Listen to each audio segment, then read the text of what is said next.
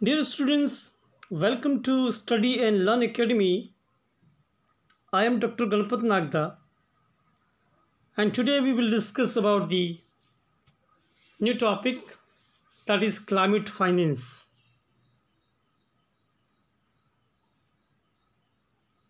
So what is climate finance? Climate finance refers to local, national or transnational financing drawn from public, private and alternative sources of financing. It seeks to support mitigation and adaptation actions that will address climate change. The UNFCCC, the Kyoto Protocol, and the Paris Agreement call for financial assistance from countries with more financial resources to those that are less endowed and more vulnerable. It is in accordance with the principle of common but differentiated responsibility and respective capabilities.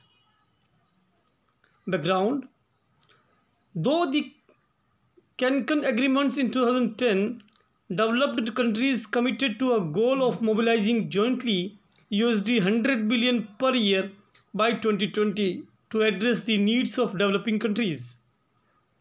The Green Climate Fund (GCF) was established in Cancun Agreement and designated it as an operating entity of the financial mechanism. Under the Paris Agreement in 2015, developed countries confirmed this goal and agreed that prior to 2025, a new collective quantified goal from a floor of $100 billion per year shall be set. Need for climate finance. Globally, the scale of needed investment, the World Economic Forum projects that by 2020, about $5 trillion will need to be invested annually in green infrastructure. The current commitment of $100 billion annually is only a small piece of that $5.7 trillion puzzle. Therefore, funding is needed to meet the investment needs in 2020 and beyond. Mitigation: large-scale investments are required to significantly reduce emissions. Adaptation: significant financial resources are needed to adapt to the adverse effects and reduce the impacts of a changing climate. It is also critical to support developing countries to build resilience of worsening climate impacts and to catalyzing private sector climate investment. Climate finance is needed to transition the world's economy to a low carbon path, as direct government funding is scarce in these countries. The scale of needed investment in India. Under Paris Accord, India has planned to reduce its carbon emission intensity, emission per unit of GDP by 33-35%. To achieve these targets and build its renewable capacity, India needs climate finance. India's green bond market is in growth stage. First green bonds were issued in 2015, indicating the need to explore more options for climate financing. In India, banks and non-banking financial companies have a limited appetite for long-term debt due to accessibility mismatch. Along with problems arising out of climate change, India also faces traditional problems like poverty, pollution, education and skill gaps, etc. Hence, there is a greater need for climate finance. Global climate financing. Green Climate Fund (GCF) was established to limit or reduce greenhouse gases emissions in developing countries and to help vulnerable societies adapt to the unavoidable impacts of climate change. Adaptation Fund (AF) was established under the Kyoto Protocol in 2001 and has committed $532 million to climate adaptation and resilience activities. Global Environment Fund (GEF). GEF has served as an operating entity of the financial mechanism since the convention came into force in 1994.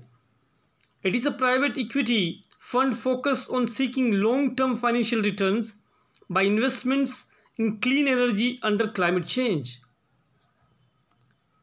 In addition to providing guidance to the GEF and GCF, parties have established two special funds, the Special Climate Change Fund SCCF and the Least Developed Countries Fund LDCF. Both funds are managed by the GEF. Climate financing in India. Intended nationally determined contributions (INDCs) are nationally binding targets adopted under UNFCCC. India has to reduce GHG greenhouse gases emissions under this, which requires climate financing. National Clean Energy Fund. The fund was created to promote clean energy, funded through an initial carbon tax on use of coal by industries. Governed by an inter-ministerial group with the Finance Secretary as the chairman. Its mandate is to fund research and development of innovative clean energy technology in the fossil and non-fossil fuel-based sectors. National Adaptation Fund. The fund was established in 2014 with a corpus of Rs 100 crore with the aim of bridging the gap between the need and the available funds. The fund is operated under Ministry of Environment, Forest and Climate Change. Clean Development Mechanism CDM. It allows emission reduction projects in developing countries to earn certified emission reduction credits, each equivalent to 1 ton of CO2. The CDM is the main source of income for the UNFCCC Adaptation Fund. The Adaptation Fund is financed by a 2% levy on CERs issued by the CDM. Internal programs. Compensatory Afforestation Fund Management and Planning Authority, KEMPA, Disaster Management Fund, etc. A climate change finance unit was set up by Department of Economics in the Ministry of Finance to advise and guide the MOEFCC as well as to lead on global climate finance issues. Principles of climate finance. Polluter pays. The polluter pays principle is the commonly accepted practice according to which those who produce pollution should bear the cost of managing it to prevent damage to human health or the environment. This principle underpins most of the regulation of pollution affecting land, water and air, formally known as the 1992 Rio Declaration. It has also been applied more specifically to emissions of greenhouse gases which cause climate change. Common but differentiated responsibility and respective capability CBDR-RC. CBDR-RC is a principle within the United Nations Framework Convention on Climate Change. It acknowledges the different capabilities and differing responsibilities of individual countries in addressing climate change. Additionality. Climate finance should be additional to existing commitment to avoid the diversion of funding for development needs to climate change actions. This includes use of public climate finance and investments by private sector. Adequacy and precaution.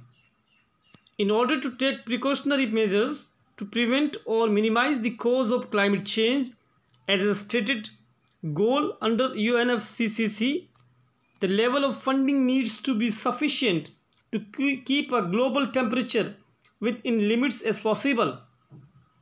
A better level of adequacy might be increased in the national estimates of the needed climate funds. This will help build plan investment with respect to INDC. Predictability. Climate finance must be predictable to ensure sustainable flow of climate finance.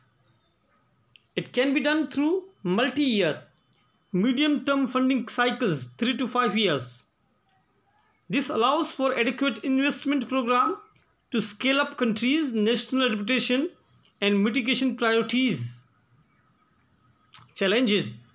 At global levels, there is a gap between national needs and climate finance under nationally determined contribution. There is a need for additional international financial support. Least developed countries receive much less approved funding in per capita terms from the multilateral climate funds. The rate of approvals is time-taking, due to which the DROI nation has insufficient funds to complete its target and leads to stalling of projects. The uncertainties such as the recent refusal of US to pay $2 billion of its pledge, this has created shortage of funds available at national levels. The challenges are, in India, the local market to climate finance are insufficiently involved in financial products and that support climate change adaptation. There is a imminent failure in securing viability gap funding either from governments or multilateral development banks. Projects in climate change has longer gestation period which deter financial institutions from investing in them. Shortage of funds due to insufficient budget allocation are often interfered due to any excess or additional grants, which leads to stalling of green projects. Way forward. An analytical framework is necessary to combine potential climate risk with a systematic cost-benefit analysis. Favorable policy and institutional actions are important for successful introduction or scaling up of financial instruments. Such actions through public-private partnership (PPP) and PPP people can help improving climate finance.